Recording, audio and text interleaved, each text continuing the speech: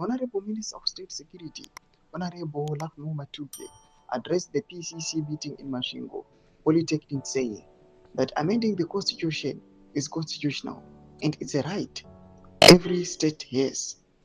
Sarabina mashoko branyo kopangwa inoe achonoka kunzi Lafmo Matuke backs constitutional amendment bill oya achisawo comment yake pamusoro pemamendment bill anozikana kunzi ndo vakomana state security aiwa maCIO boss noti subscribe or like on the bell icon.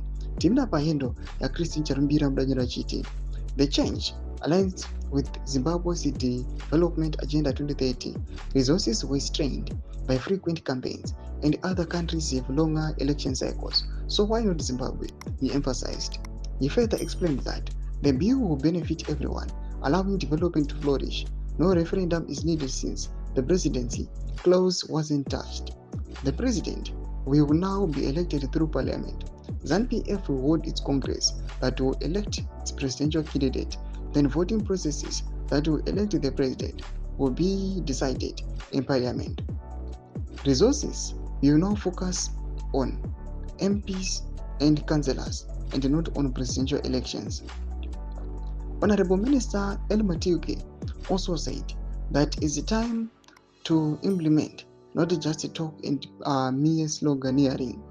Even opposition parties agree with the bill in public hearings by parliament are soon to be announced, and we are urged as the ZANU-PF party to mobilize our people in support of the bill.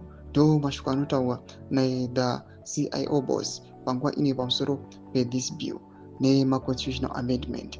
Pina comment section medu za funguro enyi kudi pamusoro pejitko ichi. Zangana subscribe or like paunjire notina on the bell icon.